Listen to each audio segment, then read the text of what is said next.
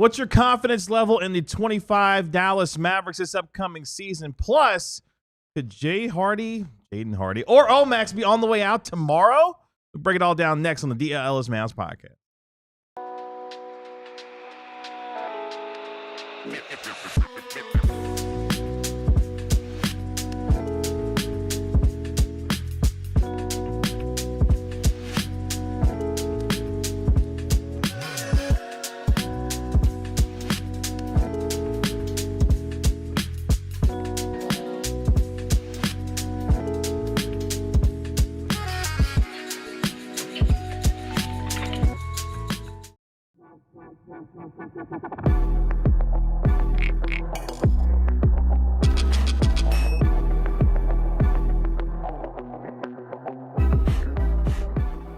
Hey, what's up, DLLS Mavs Nation? It's your man, Kevin Gray, alongside Mavericks beat writer Tim Cato, Mavericks analyst Bobby Krella, and is soon to be joining us in National NBA Insider Mark Stein. We, of course, are DLLS Mavs, your favorite guys, covering your favorite team every single day. What is your confidence level in the 25-26 Dallas Mavericks as we go through the DLLS Mavs fan survey today, as curated by our guy, Tim Cato? Plus, we'll get the latest when it comes to PJ Washington, his contract extension possibilities, and could Jaden Hardy or Omax be on the way out potentially as soon as tomorrow on this tremendous Thursday, gentlemen, or as my daughter dubbed it this morning, a terrific Thursday here at DLLS Sports. Tim Cato, what's going on? What's the difference Between tremendous and terrific? Yeah. It's up to you. So your daughter coined it terrific, and you still chose to go with tremendous? Because I forgot what she had said, so I just came up with one immediately. Then I remembered she told me this morning. Okay. If I had a daughter, I'd remember everything she said. You probably would. You probably would. That's Yeah, so that you could criticize it on this podcast. Exactly. Correct. That's what an analyst does. I'm doing great, What's up, Kevin. Kate Thanks for Corella? asking. Yeah, I it's was good to see I took care of my own nephew, not daughter, but Like, you took care of him? well, He's sleeping with the fishy? I hung fishies out. now? No, yeah, I took care of him. You'll be seen around here no more. boss. No, yeah, I got to hang out with him and my other baby nephews last night for a little bit. It was a great time. So I'm all fammed up now. He did not describe the Wednesday or the Thursday, the Wednesday that was or the Thursday that will be, but I think that he would have said the same thing. It's going to be terrific. Nice. How's Uncle Status been for you? It's been great. Yeah? It's been great. Yeah, you feel like an unk? I feel like an uncle. You ever say you feel Unc status now? Well, I actually am like very sore this morning, so I do feel like an unk, but also I do feel like an uncle. Yeah. No, it's awesome. Good I for love you, those man. kids. For you. Let's get into it today. We got a lot to get into because it's going to be a busy weekend. Programming note, we'll remind you again tomorrow as well. We're off on Monday when it comes to Labor Day 2025. So we'll be off on Monday, but we've got a lot of tremendous content coming for you, not only today, tomorrow, but over the weekend as well. So stay tuned when it comes to DLLS Mavs here. Let's get to it, though, because Jake Fisher, the People's Insider, along with his buddy Mark Stein, of course, on our show, had some interesting things to say when it comes to Olivier Maxence Prosper and Jaden Hardy. Now, we talked about it yesterday a little bit in terms of the Mavericks potentially looking to move on from Olivier Maxence Prosper, but let's throw in an additional wrinkle when it comes to how the team could be looking to create the room for Dante Exum, who's going to be a part of this roster this upcoming season. Quote, the Mavericks committed in early June to re-signing Dante Exum to bolster their backcourt to cope with Kyrie Irving, who, of course, is dealing with that torn ACL for the first few months, but need to shed one of their 15 standard contracts on the books to do so. It is believed that they're pushed to make a trade to do just that, whether it involves Prosper or another player, such as Jaden Hardy, will result in a resolution by week's end. In fact, the reason by 5 p.m. Eastern time Friday tomorrow is the deadline for a player to, quote, be released via the league's waive and stretch provision. More than one place league observer has conveyed to Jake Fisher that Dallas might ultimately be forced to waive and stretch one contract to clear the way for signing Exum rather than attaching draft capital to such as Prosper to make a move. What do we think of that? Not only the Omax portion of that, but now Jaden Hardy's name being put into this discussion as well here. Pretty expected, to be honest. I feel like we have all been gearing up for this to happen. The fact that Dallas didn't immediately or wasn't immediately able to make a trade or hasn't done that to this point does make it seem pretty unlikely that they're actually going to trade. I think it is going to come down to stretch and wave. There's really only one team out there that makes sense, Brooklyn having the cap space, but Dallas would have to give up a second round pick. That is why there's a delay. I think it seems pretty clear that teams are not interested in taking on one or both or either of those players without getting something back for it, even if it's even if it's just a second round pick. And so I think in all likelihood, we're going to see one of those guys stretched and waived. More likely to be Olivier Maxence Prosper than Jaden Hardy. Still possible. I mean, there's a reason Dallas is running out the ground ball and hasn't just decided that this isn't going to happen. But I think that's the likeliest conclusion. I'm going to get out in front of this and say it would be absolutely absurd if they stretched Hardy. That would be such a... Hello, Mark Stein. That would be very reckless. Hello, Mark. How are Hello? you? Hardy makes $6 a year for the next 2 years. And, Jake maybe subtly implying they could look to trade him. And I know, Mark, after you were the one that broke the story that he got that extension a little less than a year ago, actually. And, you kind of built in also the implication that it could be a pretty tradable contract. And I guess we'll see. We'll see if they can do it. I certainly don't think he's lived up to making $6 a year. I don't think he's that kind of player. I thought it was a tradable contract at the time. Yeah, and then I'm not sure. I'm not sure that I could say that it is still a tradable contract. Yeah, it's tough. It's tough. But my phone has been absolutely going off the hook, so I apologize that I'm just bursting in here. I don't know how much you guys have gotten into this to this point. Well, not very much. We were just getting into it right now. Yeah. Okay. Keep going, and then I'll chime in. To stretch waive Hardy, basically you have to double the length of the contract and then add one. So they would stretch $12 million, give or take a few bucks, over 5 years. So it'd be like Tanner, please post Shahid Malik's comment. It'd be like 2.4-ish million bucks per year for 5 seasons, which would just be awful. That's not. Omax makes a hair over $3 million according to SpoTrack, which double the length of that. And the next comment that misspelled my name, I'm not late. When the phone rings, it must be answered. Thank you. $3 million times 2 plus 1 is 3 years, so it'd be about $1 million a year for the next 3 years. Much more palatable, and frankly, I would rather do that than give up one of your 2 remaining second rounders to get off $3 million for 1 year. I think that's just it would be a shame if they let a resource go to waste like that, in my opinion. But I'm not the one making the choices.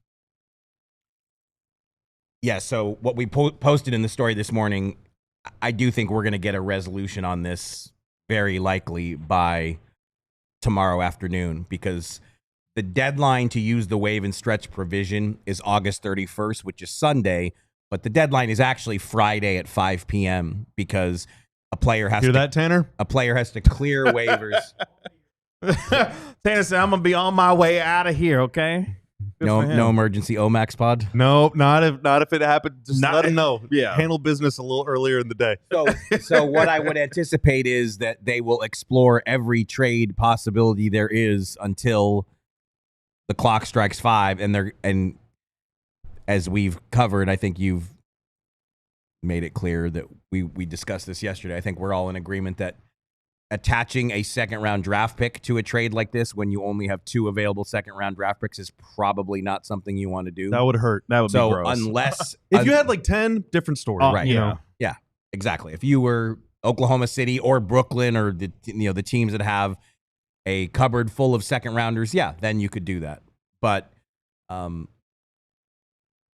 think they will run out every ground ball to see if there is a trade that material. Who knows? Maybe a team wakes up tomorrow and says, you know what?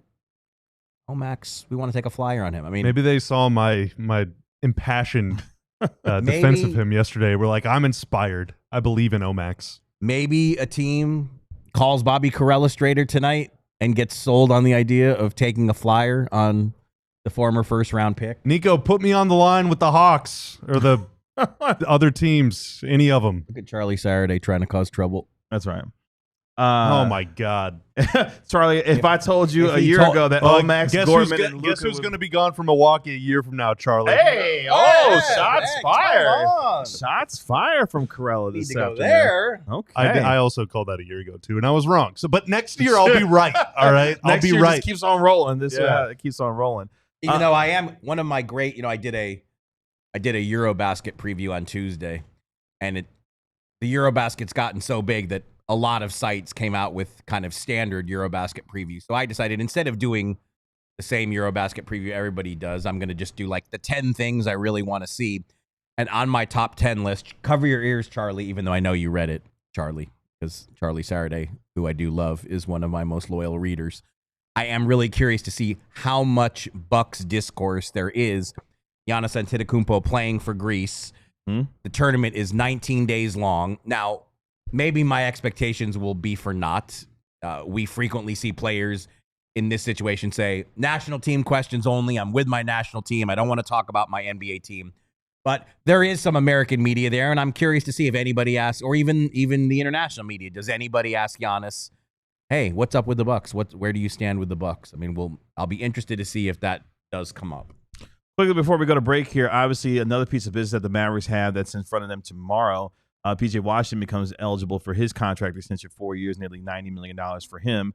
Obviously, we discussed some of it yesterday, but as Mark will not be on with us tomorrow, things still potentially on track for that to happen. Where do we stand? I truly have nothing new. I mean, what I've heard is that the best read that I've been given is some kind of deal is likely to happen. I don't have further specifics for you right this second. And, will I get something later tonight? Possible. I mean, I don't really have anything there to move the ball forward. I just think at that number, PJ's max is 90 over 4. I think that's a very tradable contract if you re-sign him to that. And it's a bargain of a deal. Yeah. I mean, he's due to make $14.2 million this coming season. So, he would still be, even if the Mavs give him the max, he would still be a sub $25 million player with the role he had in the Mavericks run to the finals in 2020. I would imagine if PJ does that deal, there will be no shortage of teams interested in him when the time comes. Now, to again make clear, I know we got to go to break, but sure. If the deal is longer than 3 years, we're actually 2 minutes late. Yeah, you got a couple minutes. You're good. 2 minutes late. Oh, yeah, we started 2 minutes late. Yeah. Is that like a shot at me because you guys were waiting? No. We legitimately there was some stuff happening in here. You're good. It's not my fault. No. That's good. Not this time. Not this time. What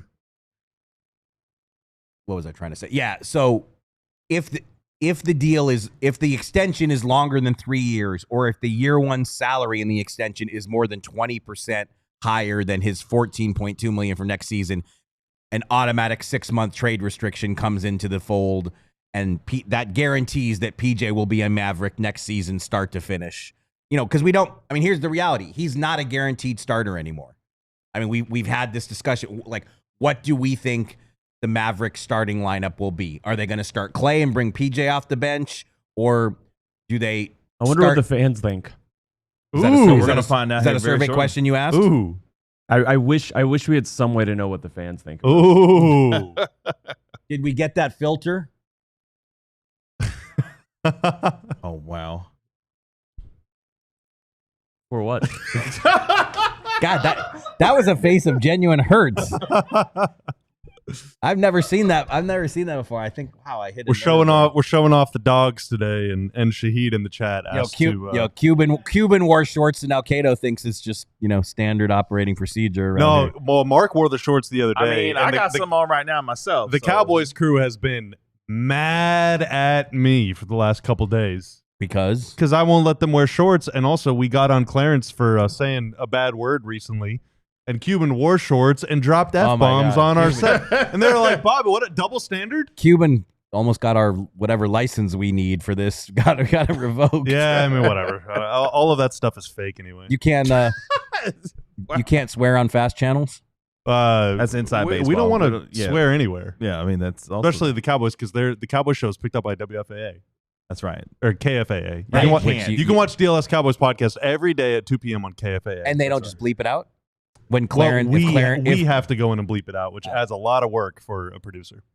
Let's take our first break here before we get any more inside baseball going on the show. When That's we come what people want to know. when we come back, Tim Cato is going to take us through the DLLS Mavs fan survey for the 25-26 season, including this one when it comes to how your fandom has changed since Cooper Flagg has joined the roster. All that and more coming up next. But first, the future is bright for Cooper Flagg, and it is as bright as it can be when it comes to wearing your favorite pair of Shady Rays. Get ready for the season ahead with quality shades built to last. Our friends at Shady Rays have you covered with premium polarized shades that won't break the bank. Of course, they're an independent sunglasses company offering a world-class product rated 5 stars by over 300,000 people. Shades with durable frames, crystal clear optics, making them the perfect choice for all of your outdoor activities. They probably even have a pair in your team's favorite colors as well. Exclusively for our listeners, Shady Rays is giving out their best deal of the season. Make sure you head to shadyrays.com. Use code DLLS for 35% off polarized sunglasses. These shades are built to last, and if you break them or if you lose them, you've got the best protection in all of eyewear. So try for yourself the shades rated 5 stars by over 300,000 people. That's with shadyrays.com today. This episode is brought to you by Prize Picks. Folks, it's football season, and you can go ahead and choose whether your favorite or least favorite players are going to score more or less than their projected stats. On Prize Picks, you combine up to between 2 and 6 players' stat projections, and if you get picks right, you can cash and win up to 2,000 times your money. Here's my running back pick that I made, all right, for the season. Oh, wow, it's for the season. 6 players. I got Bucky Irving more than 9.5 rushing plus receiving touchdowns. Breece Hall more than 875.5 rushing yards. Ashton Jeanty more than 1,050.5 rush yards.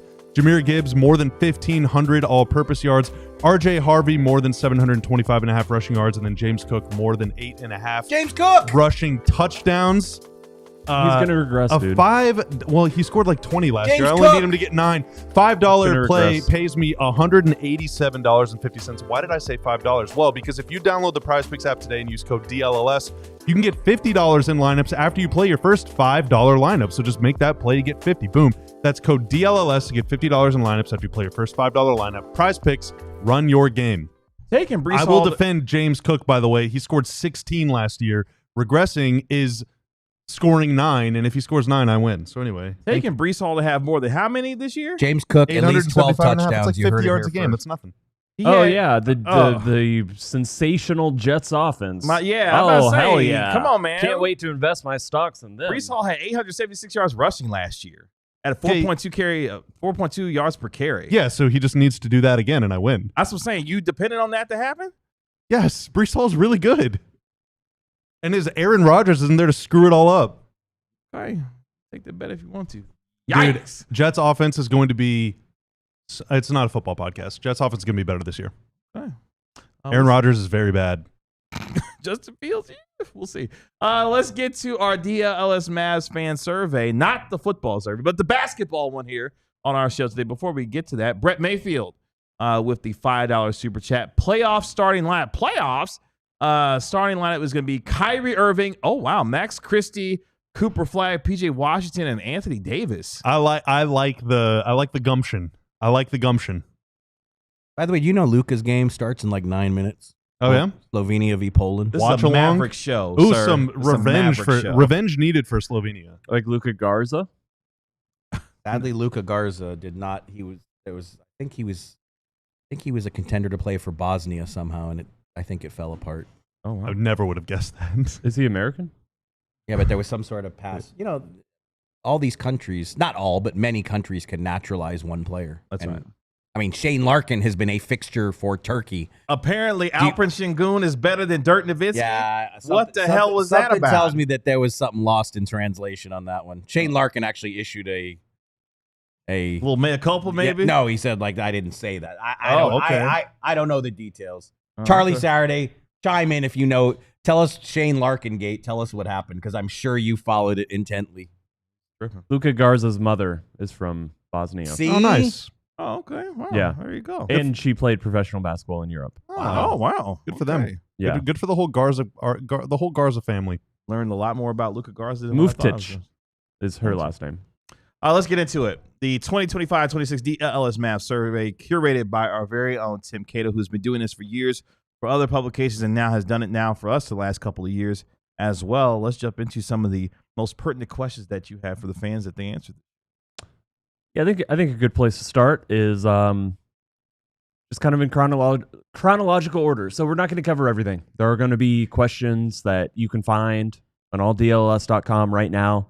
Mavericks fan survey results, there's confidence in Cooper Flagg, but not the decision makers.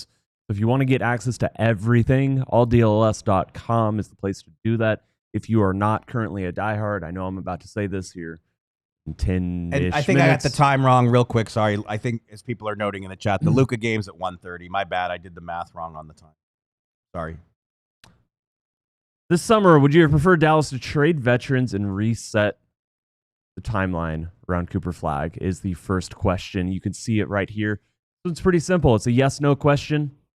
54% said no. 46% yes. What do we think of this? This has been one of our big questions that we have debated. So the yeses wanted a rebuild and the nos wanted the Mavs to go for it. Am I understanding the results correctly? Okay. Yeah. So more fans want the Mavs to go for it. That voted in this, want the Mavs to go for it. Yeah. Okay. Closer Also, than I thought it would be, don't you think? I would have thought What did more you think? fans would want to go for it. To go for it? I Interesting. believe the no saying that you want to tear down, rebuild, that I think also doubles as a fire Nico, move on, reset everything about the franchise. I do think that there are fans who believe that. I've argued for a while that that is a defensible position to have. I think if you're a fan, I think to me the basketball decision is to go for it for at least a year, as long as you're not mortgaging more of the future that should be used on Cooper for the team right now. I think it's totally fine to keep this roster around and see what happens. But I do think that's what some of this some of the no votes mean. By the way, 500 responses on this one. Last time I did this, I had 2,000. Certainly right after the Luka trade, or about a month after the Luka trade, when we did a fan survey, we had more than 5,000. And that to me does indicate a little bit that there's still some apathy within the fan base. I pushed it out with the exact same methods I've used on all previous ones. I still think 500's pretty hefty. I was going door to door and no one even answered. In fact, a couple of people threatened me, ran me off. With what? Their fists? I don't know.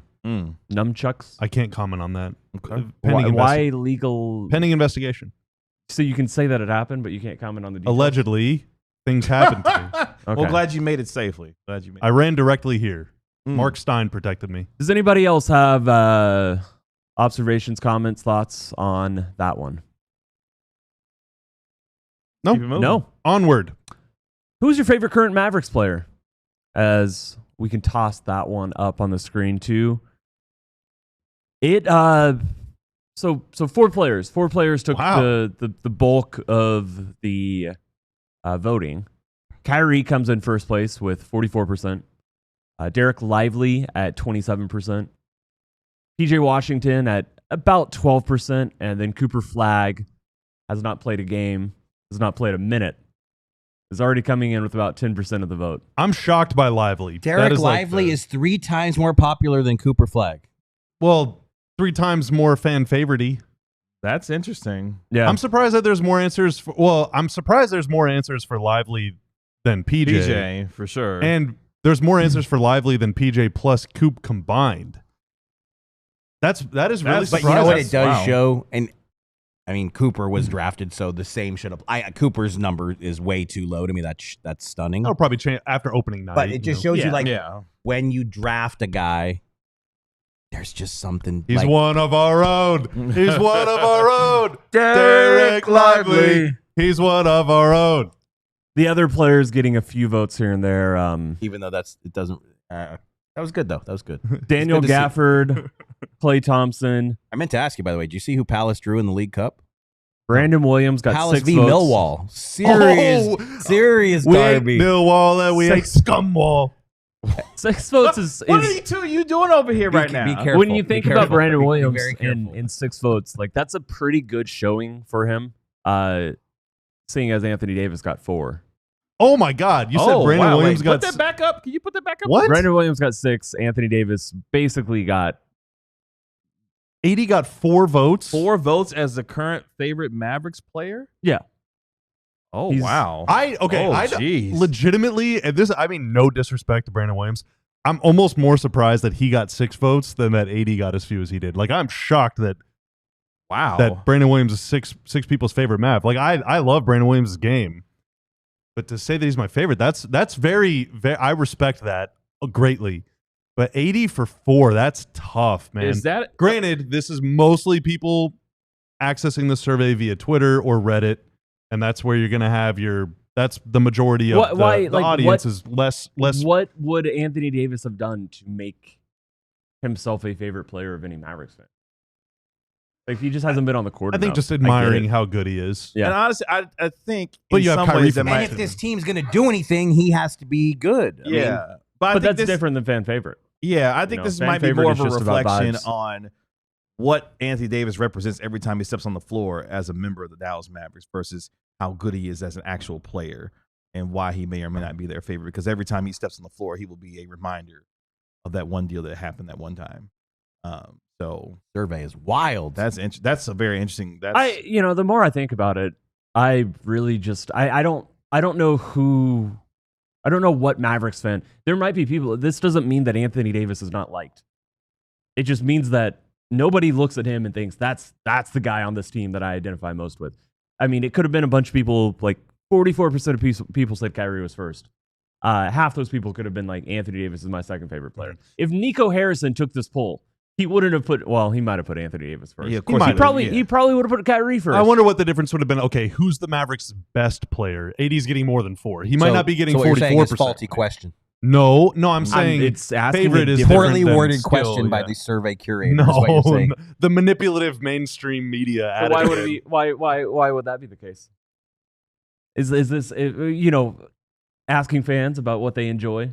That's not even worth it. Tim, I'm kidding. Oh, I was kidding too, Mark. I'm being serious. All right, we got 2 more minutes if you want to knock one more out before break. We're going into confidence ones, unless you want me to skip around. Confidence, baby, confidence. No, I think we need more than 2 minutes Sounds to do the real next one. So, you want to hit an early break here? Are we allowed to do that? I think that we can do it 2 minutes early. I think we can do 2-minute early break. Breaks at 13 all the time. Yeah, I'm pretty sure that we can the do amount 2 of minutes inside early. baseball. When on have we today's ever show. taken a break at 13? That's not inside baseball. We have often taken. We did on lottery night. We always and go that past led to the 15. Mavs winning the lottery. Well, we've met the 2-minute threshold, Mark. When do we 5. Look, we can do 4. whatever the hell Stop we it! want. Argue. You don't know what you're talking about. Oh, Go to break. God. The audio product of this is going to be awesome. He said, "Go to break. Go to break." no, that's me. Thank you, Tanner. All day. What are people laughing at? Is this our first show I'm ever? not laughing at all. We acting like it. We acting like it. Everybody's Our being so practice mean shows to me were today. better than this. Did we do a practice show? We did. We did a couple practice seggies. Remember, I talked about Yeah, we Quentin did. Grimes. Like, I Yeah. think Quentin Grimes is That probably the was best point of eons attack ago. defender on the team. No, Wow. you said he was going to get traded. I did. But Yeah, that's but it wasn't- it was- only diehards got to see that one. Wait, really? I don't think Die Hard Tanner's so got sick to of us see it. today. I This know. is that was- crazy. I'm trying. But diehards is what you should become in case you're not. For a limited time, we've got a football club special, $36. That equals out to like $3 a month, which is basically $0. It's almost free. That's not, if that you is not round true. down. Don't And lie. if you round down, That's not how money works, dude. The shirt that you're getting is basically. I mean, the shirt you get is actually free, though. the shirt is free. With every new sign up, totally Oh, free man. shirt. We just dropped new cowboy shirts. We've got I do believe a cowboy down there on the bottom. It says DLLS football. And there's an 88 club, which references wrestling That's right. The Bullet Club. and also a lot Pro of wrestling. wide receivers. That's right. Historic wide receivers in Dallas Cowboys franchise history. And we got one that just says Dim Boys. Like the song. Yeah, like the song.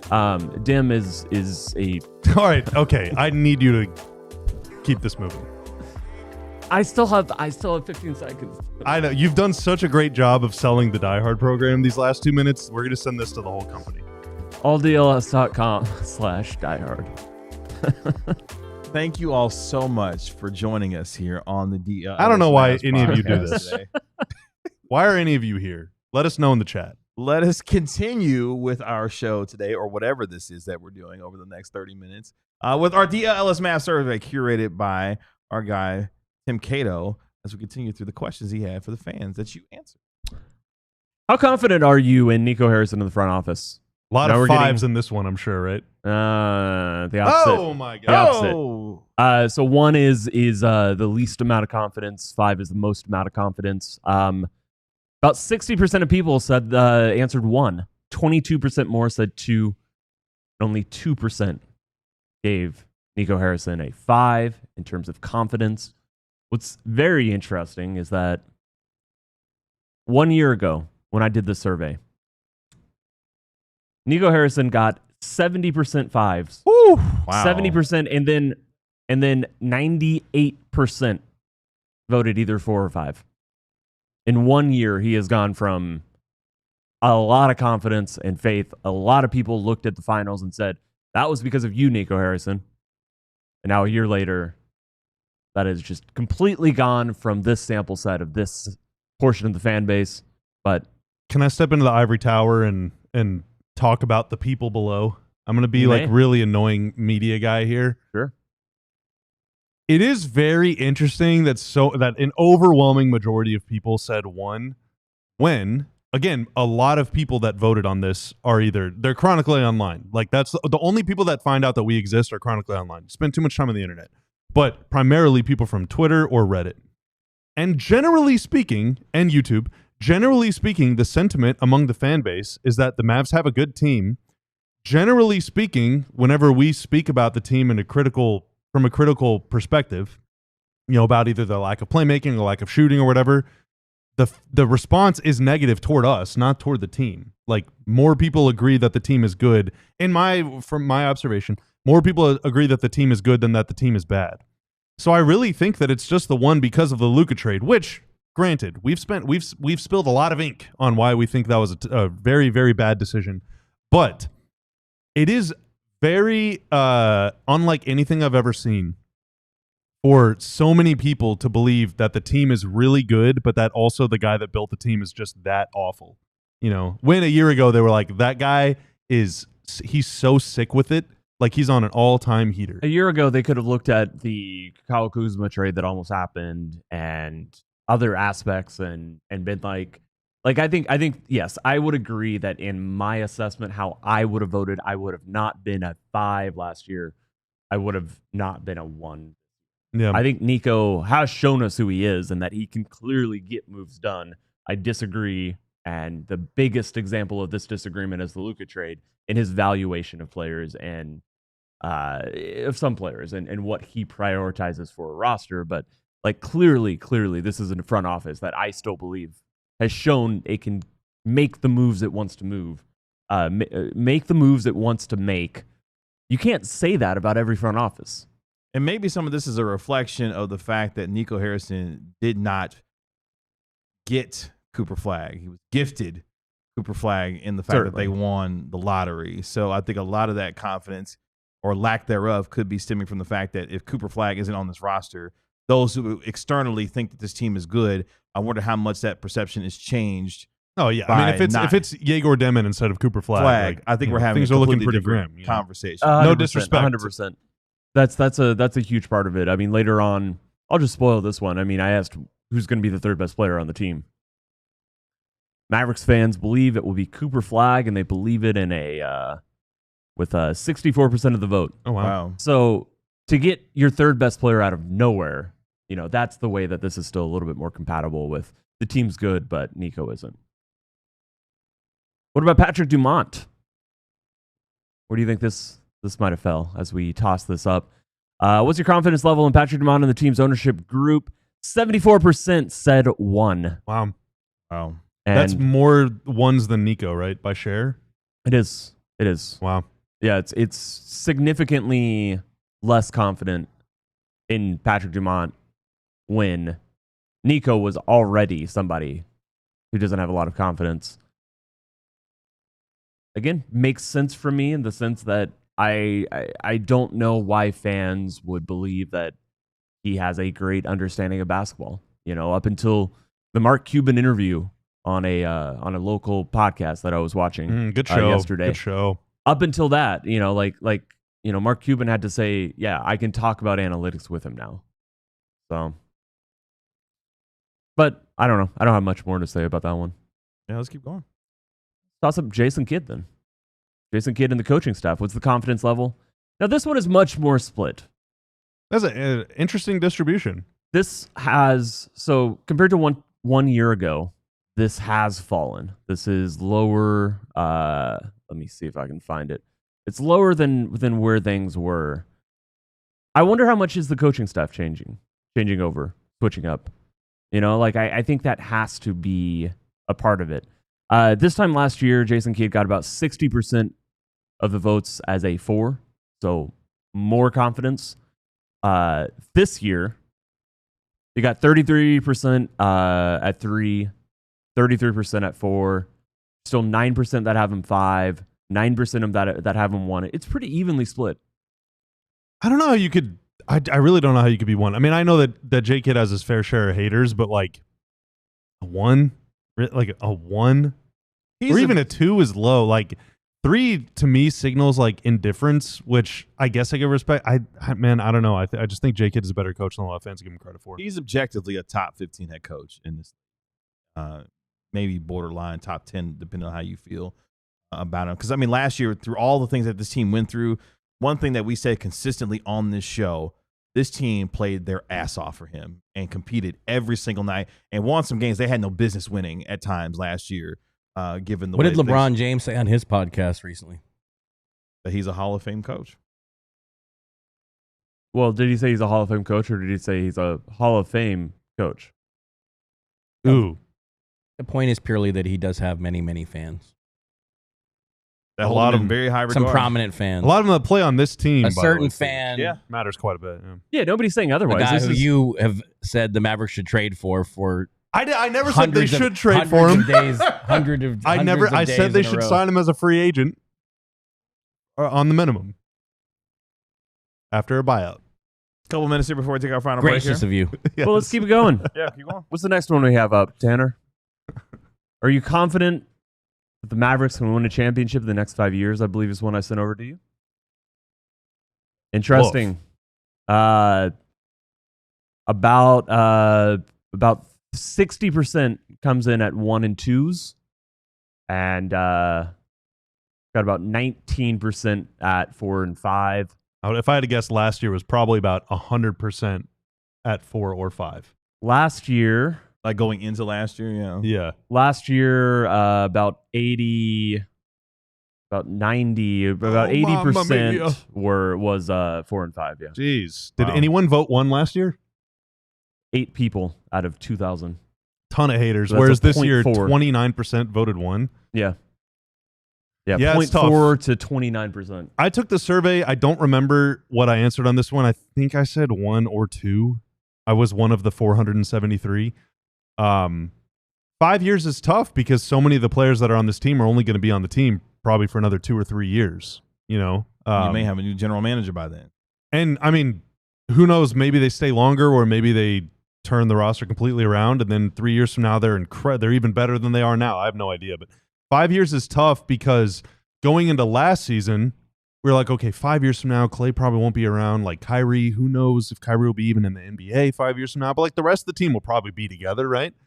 And now you're looking at this team like 5 years from now, I don't know if any of these guys are still going to be on the team outside of Coop and hopefully Lively, maybe PJ, but like. And I already view this year as a gap year anyway, in some respects. So the 26-27 year for me is the one that you're going all in on to win a championship. Gap year? I look at the survey. So both your favorite teams are in the midst of a gap year, the Bucks and the Mavs? I'm speaking for me. Palace isn't in a gap year, though. They're going for it. They just got to replace Eze. Well, they got Chris Richards in his prime. That's true. Yeah, how would you do anything else? They need to get a midfielder with a little creativity. I was going to suggest someone, but never mind. I look at this question, and if I'm responding to my confidence level, if I was a fan of, I think there's one team in the entire NBA that I would vote 5, and it's Oklahoma City. Otherwise, this is a question that literally the confidence starts at 4. The way I would look at it, because winning a championship is the hardest thing to do in the NBA. I word it this way very specifically because, what's your confidence that they can win a championship? It's not a guarantee. It's not supposed to be a guarantee. Can they win a championship? But even then, winning championships is so hard that, you could be 2 and be like, I still see a path for this team.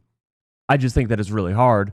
And, like you were saying, Kevin, if their chance to win is one shot, not this season, but the season after, when everything comes together, and then you're going to start getting too old, and you might have to break up the team and rebuild around Cooper. Like, that's not a lot of confidence. That's like, here's the way that they can do it. I believe that this all could play out that way, but it's such a narrow path that it's very difficult to guarantee. If you won is like I would be stunned if they won a title. Whereas 5 is like I'd be stunned if they didn't win a title. Right. So when you look at this, like, there are still earlier in the question, earlier in the survey, more people than not wanted them to try to win a title now. Later on, we're going to see that there is confidence for next year. There's 6, a lot of fans have a lot of confidence in, a bunch of the role players playing in playoff games. But when it comes to actually having that full confidence that they're going to win a title, it's just not there to the same degree, which I think is fair. I think that makes sense. Yeah, come back to me before the 26-27 year. See how I feel about it. I'll feel a lot better at that point. All right, how confident are you that Kyrie Irving and Anthony Davis, when both are available, can be the 2 best players on a championship team? I have done the survey pretty for even distribution. 6 years, and this is the most even distribution I have ever seen to any question I've asked. Pretty semi-disty. The distribution is 1 to 5, 20%, 19%, 22%, 22%, 17%. It's just flat for the podcast listeners. It's just flat bars pretty much almost all the way across. What would y'all say? This was one of the more interesting ones to me because for some who look at the 20 Lakers who won that title, Anthony Davis was tremendous in that postseason. I think a lot of folks will still say that he still wasn't the best player on that team that won that title. LeBron James would still be the best player on that team. Kyrie Irving, similar to Anthony Davis, won a title alongside LeBron James. LeBron James was still clearly the best player, on that team at the time. So neither one of these players, theoretically, depending on how you feel about the 20 Lakers team, neither one of these players have been individually the best player on a team to win a title. So I'm interested to see what the 2 of them together now with a full season or next couple of years, what that looks like, and if the 2 of them together on the same team could do that. Because, ideally, I think you'd want them in number 2 role, and these have been 2 of the best number 2s over the past decade in Kyrie and Anthony Davis. I agree. And the Anthony Davis that won in the bubble with the Lakers was the closest he's ever been in his entire career to being a number 1 option. Even if LeBron was a better player, like, that was a number 1 option player. But yeah, Anthony Davis has not been that player consistently throughout his career, and certainly over the past few years. His jump shot has not lived up to the idea that you're going to run fully an offense through him, and it's going to be an efficient offense purely based off his merits and his strengths. It's like you need a player, either a system, like a team full of players like Boston. I wouldn't say that anyone on Boston like struck the fear of God in me when they had the ball in their hands in that final series, but they had so many good players and they spaced the floor so well and they played so well together that they were just going to get a good shot every time. Yeah. But for most teams, you need one guy that is just a walking advantage creator, that is going to bend the defense to his will, that is going to force double teams or is going to force you out of your comfort zone. And, Kyrie, whenever he's really on, sometimes teams will double him. Like OKC doubled him, for example, not because he was on fire, but because they wanted to keep him from getting on fire. But the Mavs also had Luka. Luka was getting double teams, and then everyone was open. All the shooters were open the whole series. The Mavs right now, I've said this before, like I don't unless AD really, really has it going down low, and especially while Kyrie's out, I don't think you need to double team anybody, and so everything is going to be tougher. Can you have one or multiple guys that can force the defense to adjust consistently? That is how you become like an elite level offense. In AD's 13 years, when he's been the primary number one option, he's led his team into the second round once. And that was back in the 2017-2018 year with the New Orleans Pelicans. Had a lot of bad teams around him in New Orleans. I mean, my point is, if he is the gravity of player that we believe that he is as a number one option, the best team that he's had around him when he was the number one option, that team got to the second round and didn't get any further than that. So again, that's why I think it's so interesting to see what Kyrie and AD are together. As I mentioned, it's probably the two best number twos over the past, decade. So. See. Anthony Davis had a team with Luke Babbitt on it, and Norris Cole. Some of those Pelicans teams were just my question for the chat is: how many people in the chat, active in today's chat, participated in the written survey? Ooh, yeah. I would hope everyone. I would like to know. know. It was linked. I would like to know because I'm seeing a lot of. I would have given a 3. I would have given a 5. I hope they electronically voted. Jimmer Fredette was the one on one of those Pelican teams. Yeah, again, some of these Pelicans John teams were Salmons, absolutely awful, horrendous teams. Terry Crevens, Tony Dante Douglas. Cunningham. These are some good teams. They had Russ Smith. Like the 17-18 year, Jeff Withey. They went 48-34. They went 6 in the West. They lost 4 games to 1 to the Golden State Warriors in the Western Conference semifinals. They swept the Portland Trailblazers, in the previous round. So that was arguably the most successful season that they had. Alvin Gentry led that team, by the way. They averaged nearly 112 points per game, which was 3rd in the league at the point. They were number 1 in pace, too. Also interesting. I've looked up if teams double AD. He gets doubled a lot less. I think it was, I'd have to go back and look. I think it was like 8% of the time. Are you also looking this up? I'm trying. I don't know how to do it in here. I know how to do it coming off screens, but that's it. We'll let y'all do that when we take our final break. You can do their post-ups for sure. Let's take our final break here on the DLLS Mavs podcast. When we come back, more on Tim's DLLS Mavs survey for 25-26 when it comes to Mavericks. No trivia today? No. What? No trivia today, but we are doing Movie Film Club tomorrow, That's folks. Right. Tomorrow we are reviewing the hit film Air Bud. If you want to... Why'd you say it like that? I don't know. We're reviewing Air Bud. So watch the movie tonight or watch the movie before the show tomorrow. Tim, I watched it today. Kevin and I will be watching Air Bud, and we'll be joined by Isaac Harris. Let's Locked go. On Mavs. Also, quick aside, Skin Wade will also be on the show tomorrow. Not during the Air Bud review segment. He'll be on at 12:15. Talk Mavs, talk hoops, maybe talk some beer. And then Isaac will be on for the whole hour. We'll get into the Air Bud movie review starting at 12:30. So if you want to be part of the DLS Mavs movie club, all right, just make sure that you watch the hit film Air Bud before tomorrow's show. That movie changed and touched so many lives around the world, and tomorrow we're going to give it its proper due. Plus, we're going to rate it out of 10 bones. Thank you. Stars. 10 milk bones. 5 stars. Plus, real quick, how many subscribers are we away from 30,000? I don't know. 7. I'm going to go like 90. Trivia would have taken it over the top. I am flabbergasted that we're not doing trivia right now. Flabbergasted. Yo, sorry, is it Tuesday?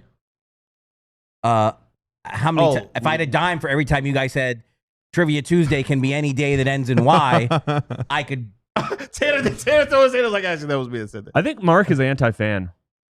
Mark is on the record. 75 subscribers away from 30,000. I need 75 of you to subscribe to DLLS Sports. No, it's just trivia is my favorite segment of the week. But do that. 75 away. Let's finish It up doesn't here. matter. It doesn't matter. I just Before we get out of here, continue. I'm calling my agent, You're not getting You already traded. demanded one trade. and my agent is me. So I'm having a talk with voices in my head. talking with Is yourself. that why you have 2 phones? One of the reasons. You can just call yourself. You can go like Joe Dumars. Finish up your survey. Before we get out. What do we have coming up next? Trivia Tuesday on Thursday. That's Which of the what we were following hoping qualities are you most concerned about the Mavericks roster lacking next season? 73% says shot creation. How many times did you answer this question, Corella? Once. Yeah. It's good to know that I have an influential voice. So many people agree with me. And I think you could make an argument that shot creation and three-point shooting kind of go hand in hand. We were just talking about the Boston Celtics. The Boston Celtics did not have high level, like the most elite playmakers, creators in the NBA. Jason Tatum is very good. Jaylen Brown is very good. Neither of them are a LeBron James or a Luka Doncic, or I might even argue a Shea level shot creator for themselves and others. But they had so much shooting that they would just generate shots in that way. There are ways to when they get had around. a lot of perimeter defense too. They had a lot That of was another perimeter one in defense there, as well. too. But I think shot creation is the correct answer here. 72.5% shot creation, 14.6% three-point shooting, and 11% perimeter defense. There's also a sliver of people who were not concerned about any of them. So, but just a Respect. sliver. Just a sliver. Respect. Yeah, I mean, I think everything flows from shot creation because not only is shot creation about creating a shot, that matters a lot, but it's also about like taking care of the ball, not committing turnovers, generating good shots that have a high level, a high chance of going in. So you're more likely to make a shot, less likely to miss, less likely to turn it over, which leads to fewer transition defense opportunities, which is good because transition is tough to defend. You're more likely to foul in transition. You're more likely to give up a layup or an open three in transition. So like your defense also relies on your offense to generate good shots. Playing at a good pace requires good shot creation because it's quick decision making and getting to your spots. Being a really good shot creator forces the defense to pay more mind to you, which could leave more guys open for three-point shots. So even if you have lousy shooters, if they're taking more open shots than contested shots, that's really good. It's like all of these things, in my opinion, everything in basketball flows out of good shot creation. But I'm also very biased because I grew up watching around the Mavs. I grew up watching J-Kidd, and then I watched Steve Nash, and then I watched J-Kidd again. I watched Jason Terry. I watched JJ Barea, Devin Harris. Like I watched Luka, obviously, such low turnover basketball, such high level shot creation that like this franchise has spoiled me. Yeah, no, I think it's more important than the shooting. I think the shooting flows from it. You know, Cuban was here on our set talking about how the season's going to ride on three-point shooting, and I just think your three-point shooting, your shot quality flows out of the shot creation. So to me, that is concern number one. But I also did want to add that emergency comment citation. Sarah just checked in. She's in Croatia. Oh, let's go. Is that where Slovenia's playing? No, that's the thing. There's no Sarah, please. Sarah, you just backpacking? Sarah, She's please. been on a European tour. I know, but we Yeah, would have there was- assumed that would have included Eurobasket. She did. Oh, she went to some of the exhibition games. Gotcha. She watched Okay. Serbia So and please Slovenia. tell us what is If happening y'all in Croatia. follow her on the internet, you would have seen she put up pictures of playing Slovenia playing Serbia. I don't follow anyone on Instagram. I don't know how. No, I said Twitter. She's been tweeting. You don't know how to Yes. follow people Lock on in, Instagram? Stein. Come on now. You don't know how to follow people on No, IG? that is the one platform I know how to use. No, I don't. That's the thing. Do you have Instagram? I have Instagram. Do but you I, operate it? Exactly. She saw Or do you Slovenia, have Serbia, a- and Belgrade. I have Instagram. I occasionally employ it when my son implores me to, but I do not know how to check it, scroll it. So when NBA stuff happens first on Instagram, I never, ever, like I always miss it. Interesting. Okay. You still have Snapchat? I never had to make sure. Never had Snapchat. What about when Hassan Whiteside was deciding where he was going to play? I missed that too. He's like, I wasn't catching that one. It's where You're you go a- to get the scoops. You're a dedicated journalist who will always chase a scoop, but there is a limit. No, it's You will not I have- chase it into a Snapchat app. I have download. Or an I Instagram have platform story. limitations. Yeah, like Instagram's. When Instagram, I don't see it till somebody puts it on Twitter. Mm. But I guess that means that I need to. Tanner, we only have one more graph left, right? Yeah. Let's toss that one up. So I posed a hypothetical. If Kyrie Irving returns halfway through the season, plays between 30 and 35 games, how many games will the Mavericks win? Before we even read off the numbers, Kyrie Irving halfway through, that's about middle of January.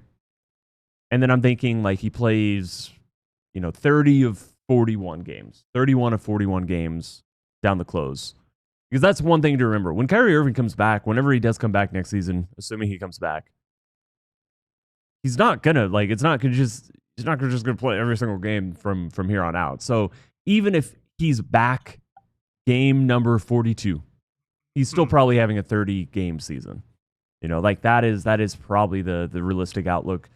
He also didn't have his surgery until the end of March. So if he comes back the middle of January, that would still be a little bit under 10 months of a recovery. So Urban just saying a couple days ago that he is 5 months out from surgery on Twitch the other day. Oh, I thought you said 5 months out from coming back. I'm like, that's huge news. Yeah. No. Yeah, 5 months out from surgery. Right.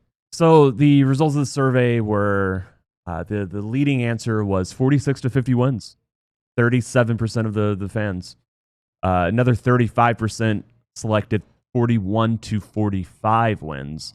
So that is a overwhelming bulk of the survey respondents believing that this team is going to be better than 500. And that's still a lot of confidence in this team. Like at other points in this survey, there is clearly a lack of confidence about decision makers. There's a lack of confidence about whether this team is going to be good enough to win a championship in the next 5 years.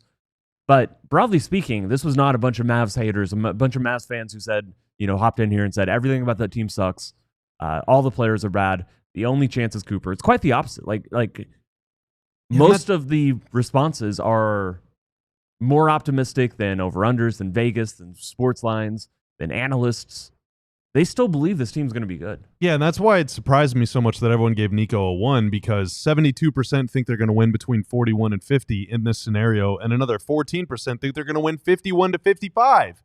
So, that's 84% of, and then a sliver of people think 56 or more. So, 84, 85% of respondents think the Mavs are going to have a winning season if Kyrie misses in this scenario, again, more than half of the year, which means they have a really damn good team.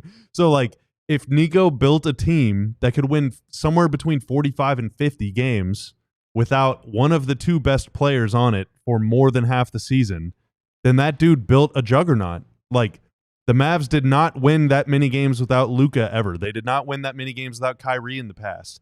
So, Mavs fans believe that this team is going to be better without Kyrie for 50-plus games than they ever were without Luka, which means this team is better than the previous ones by the results. I don't believe any of that stuff. I don't believe any of that either. I'm just saying based on the results. So I'm really surprised that fans are so low on Nico if they're so high on the team. Which, again, I think is more of a reflection of Maybe they're what just happened. that high on Cooper. Could be. Or I think it's just more of a reflection on how they feel since February 1st and what happened on that day. I think that's more so what I would agree with that as well. Than anything else. Clearly there is still faith in, because the terms that Bobby just put that in, that's absurd. If you think Nico was that bad at his job and built this kind of a team, something's not jiving. Win 50 games. 50 games if Kyrie misses 50 games? If this team wins between 50 and 55 games, they're a top 3 seed in the West. That's... I want to... Yeah, go ahead. Brian's comment is a good point. I voted 41 to 45 if Kyrie is back halfway through the year. I don't think Kyrie comes back that early. I feel like it's more like a 39-win team. I do think because maybe framing it as an optimistic return for Kyrie. I thought it's very reasonable to say he plays about 30 to 35 games, returns in January. I think that's reasonable, but I do think that's slightly on the optimistic side. So you do have to weigh that in. I think there are people who are more down on the Mavericks that are more concerned that Kyrie isn't going to be back till February or March. If Kyrie misses and that's 30, fair. If Kyrie plays 30 games, what's a reasonable, in your opinion, win range? I mean, they're going to be sub 50. Yeah. I mean, people in the chat are saying 50. No, I mean, what's the Westgate over under is still 40.5? 40 point. I mean, unless it moved in light of our show where I said if you think it's that low, then go put your money where your mouth is. So maybe it moved. We need somebody in Vegas go to Westgate and check for us. Yeah. When you watch Kyrie's video this week, did that make you feel like he's coming back sooner than expected? No. When does he ever come back sooner than expected? To play 30 games, he has to be back by when? I'm just saying. I said January. halfway. So last season that Yeah, would have been January. It's either 16th or January and he 17th. misses some, or February and he plays every game. But we know it. I mean, you're not going to play back to backs. Like that just can't happen. Yeah. So the later he goes without coming back, he's missing games Well, on the other Sky side. of Falcon's coming point is also important. How long from coming back to being, again, we've talked about this before. He was so good last year. Can he get to that level at any point next season coming off this injury? And I don't think that'll be the case until the following season. Typically, with athletes coming off a torn ACL, it's usually the following year that they are back to their normal selves, which is why I think the 26-27 year is the one you go all in for, given what this roster is. But all that will be determined, obviously, once we get to the preseason and into the regular season. Make sure you go to alldlls.com, check out Tim's fantastic DLLS Mavs fan survey there for all the results and all the Sound responses. off in the comment section. And we'll continue to discuss that over the course of the next several days. Take to Instagram and post what you think. Mark will find it. Thank you so much for joining us here on today's episode of the DLLS Mavs podcast. Thank you to Tanner for putting up with all of us in our shenanigans today on our particular show. Mark is off for the rest of the week. We will check back with him next week here on the DLLS Mavs podcast. Going on a little vacation? That is our Mavericks analyst, Bobby Curl. That's our One day Mavericks left beat of the writer, week, Tim I think. Cato. I'm your host, Kevin Gray. We are DLLS Mavs. We'll talk to you tomorrow at 12 p.m. right here on DLLS Sports. 12 p.m. That's right. Don't miss it. Enjoy your Air Thursday. Bud. Peace. We all silly like the mayor.